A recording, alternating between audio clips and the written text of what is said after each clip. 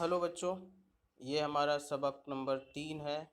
इसमें हम देखेंगे कि क्या क्या पढ़ाया गया है। और इसमें सबसे पहले नून ये ये मतलब छोटी ये और बड़ी ये दिखाई दी गई है।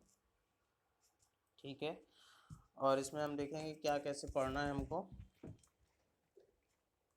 तो नू लिखा हुआ है ये,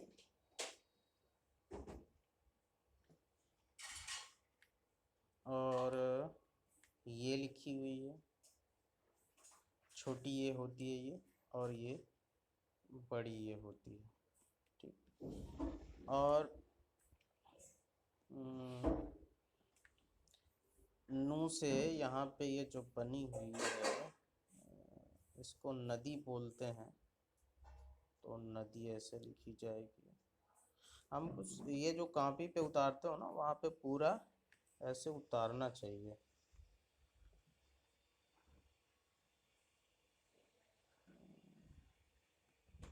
और यहाँ पे नल बना हुआ है, तो नू से नल भी। ये फ़ोटो बनाने की कॉपी पे ज़रूरत नहीं होती, सिर्फ हमको लिखने की ज़रूरत है। और लिखना जितना ज़्यादा हो सके उतना लिखा करो, क्योंकि 2 पेज 3 पेज ऐसे भी लिख सकते हैं हम। लेकिन ये फ़ोटो बनाने की इसकी ज़रूरत नहीं होती। सिर्फ हमको लिख कॉपी पे सिर्फ हमको लिखना होता है। फ़ोटो हम ये कोई आर्ट का लेसन वो नहीं पढ़ रहे हैं। हम यहाँ पे पढ़ रहे हैं उर्दू का चैप्टर, उर्दू का सबक। तो हमको और यहाँ पे ये इस इसको क्या बोलते हैं आप लोग शायद ना जानते हो। इसको यक्का बोलते हैं, यक्का। तो ये से लिखा जाएगा यक्का। ठीक है। ये ऐसे बनता होगा, ये हो गया, और उसके साथ काफ हो गया, ये छोटा काफ हो गया, और उसके साथ ये अलिफ हो गई। ठीक है। ये इसकी 2 नुक्ते जो है ये में नीचे लगते हैं, तो ये यक्का हो गया। और ये क्या है,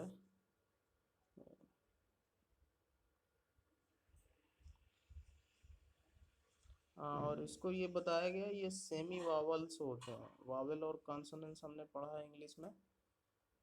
तो ये जो नू ये और बड़ी ये हैं, ये सब सेमी वावल्स होते हैं। ये नू की वो कॉन्सोनेंट्स की तरह काम भी करते हैं और वावल्स की तरह भी काम करते हैं। ठीक। तो ज़्यादातर ये जब पूरा इस्तेमाल होते हैं तब ये कॉन्सोनेंट्स की तरह तरह इस्तेमाल होते हैं। जब ये किसी की जगह पे इस्तेमाल होते हैं तब वावेल्स की तरह इस्तेमाल होते हैं। चलो अब आगे देखते हैं। ये बहरहाल धीरे धीरे समझ में आ जाएगी। मैंने बताया था जब किसी हर्फ में अलिफ लग जाए तो उसमें बड़ा आ की मात्रा होगी। जैसे नू हम लिखेंगे, ठीक, तो उसमें हम ना ये हो जाएगा। लेकिन जब हम नू के साथ अलिफ लगा दें ऐसे, तो ये हो जाएगा पढ़ा ऐसे। ठीक है। तो यहाँ पे हमारा लिखा है नू अलिफ, ठीक, और ये पे, जिसमें 3 नुक्ता नीचे हो वो पे होता है, जो सिर्फ पा की आवाज़ निकालता है। अब इसमें पे में हमें कुछ नहीं लगा हुआ है, तो ये साकिन रुका हुआ है, ये होगा नाप। इसका लिखा ये क्या लिख गया, नाप। फिर उसके बाद हम दूसरा ये वाला देखते हैं। नू है, अलिफ है, ना हो गया, और फिर ते के साथ अलिफ हो गया, तो ता हो गया, तो ये हो गया ना ता। ठीक। फिर हम देखते हैं ये वाला, नू हो गया अलिफ, नू हो गया अलिफ, नाना, ये नाना हो गया। फिर ऐसे ही हम देखते हैं अलिफ मद्दा। ने बताया था कि जब मद्दा लग जाए तो वो बड़ा की हो जाता है। ठीक है। और फिर नू के साथ अलिफ लगा हुआ है तो इसमें भी ना हो जाएगा, तो आना, ये ऐसे पढ़ा जाएगा। फिर हो गया बे, बे के साथ अलिफ लगा हुआ है, बे के नीचे नुक्ता होता है, नू के ऊपर। फिर हो गया नू के साथ अलिफ, ठीक है, ये बे के नीचे नू का ऊपर, तो हो गया बा और ना, बाना। ठीक। फिर उसके बाद हम देखते हैं पाना, पे के साथ अलिफ लगा हुआ है, पे, और नू के साथ अलिफ लगा हुआ है, पा और ना, पाना। ठीक, ऐसे। इसको सब किताब में 2, 4, 3 जितनी बार कोशिश हो सके उतनी ज़्यादा बार लिखोगे तो ज़्यादा समझ में आएगा। और फिर हो गया ताना, ठीक है,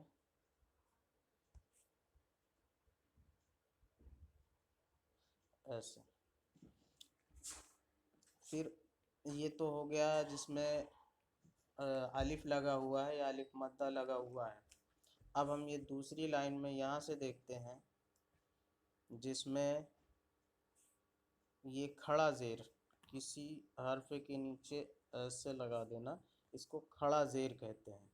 इससे बड़ी ई की मात्रा बन जाती है। जहाँ पे ये ऐसे खड़ा जेर लगा होगा किसी भी हर्फ के नीचे, तो ये बड़ी ई की मात्रा हो जाएगी। तो जैसे यहाँ पे लिखा हुआ है बा, बे, ये और नु, ये बे लिखा हुआ है, यहाँ पे ये दो का नुक्ता है, ये हो गया, और ये नु हो गया। तो देखो हमें यहाँ पे एकदम छोटा सा ऐसे खड़ा जेर दिख रहा है, किताब में देखोगे ज़्यादा समझ में आएगा। तो अब इसमें ये जब ये जेर लग गया, उर्दू में जब हम अच्छे से पढ़ने लगेंगे तो ये हमें जेर लगा हुआ नहीं दिखेगा, लेकिन अभी सिर्फ इसलिए दिखाएगा क्योंकि हमको पढ़ना नहीं आता, हमको आने लगे। ठीक है, जब हमको आने लगेगा तो ये हमको लगाने की ज़रूरत भी नहीं पड़ेगी, ये अपने आप हम समझ जाएंगे। तो इसको कहते हैं बे, ये जेर बी, मतलब बा में हमने बताया कि जहाँ पे ये खड़ा जेर लग गया वहाँ बड़ी की मात्रा लग गई। ठीक है, और ये नू का मतलब तो नू ना हो गया, बीन, ऐसे ये पढ़ा जाएगा। और फिर यही हाल इसमें भी है, देखो आगे वाले हर्फ में ता, ते और यू, ये और नू, फिर यहाँ पे भी खड़ी जेर लगा हुआ है, तो इसका क्या हो जाएगा ता और बड़ी की मात्रा और नू, 3। ठीक है, अब ऐसे ही आगे भी लिखा हुआ है ता, ये, नू, खड़ा जेर, तो ये हो गया टीन। ठीक, टीन। इसको अच्छे से कॉपी पे लिख लेना है और समझना है। जो ना समझ में आए मैसेज में बिल्कुल फट से मैसेज किया करो, पूछ लिया करो। फालतू के मैसेज करने से बेहतर है कि ये मैसेज करके पूछ लो। फिर है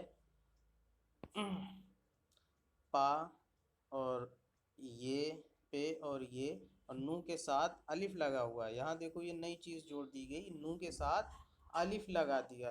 पे, ये जेर पी, बड़ा जेर है, खड़ा जेर, पी हमने बताया कि जहाँ पे ये लग जाए तो वहाँ पे वो लगाना पड़ेगा, पी, और नू अलिफ ज़बर ना,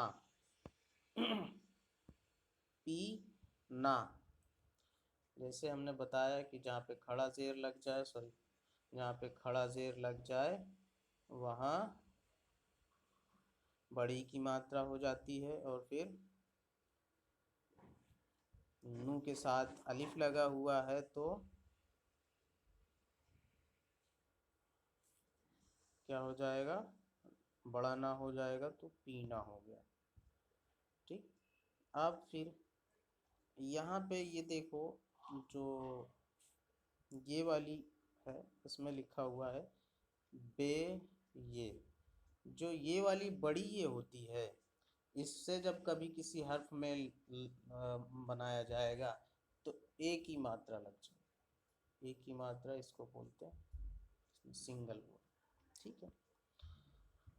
और जब कभी ये वाली ये बन जाए तो उसमें ई की मात्रा लग जाएगी। देखो इसमें सब में ये भी है, तो वो जो ये है वो ये वाली ये है। ठीक है। और यहाँ पे जो ये लिखी हुई है यहाँ पे, वो ये वाली ये लिखी है, तो यहाँ ए की मात्रा लगेगी, यानी बे, सॉरी बे, और बेजेर बी, बे, ये तो बे लिखा जाएगा और ये बी लिखा जाएगा, तो दोनों क्या हो गए, और इसके नीचे खड़ा जेर भी माना जाएगा, बे बी। ठीक है। इसको बहुत अच्छे से समझ लेना, तभी समझ में आएगा आगे उर्दू पढ़ना। और फिर ये हमारा आगे जो लिखा हुआ है इसी तरह बेजेर बे और टेजेर टी। ठीक है। तो पहले बे ये का तो बे हो गया।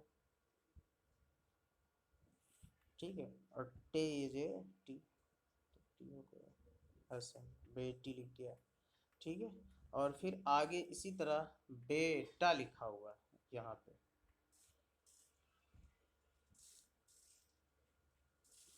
बेटा,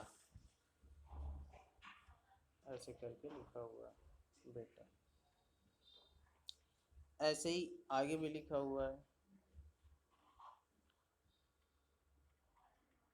ठीक है। आज सिर्फ इतना ही कर लेना, क्योंकि वीडियो बहुत बड़ा हो जाएगा, फिर पढ़ोगे नहीं तुम लोग।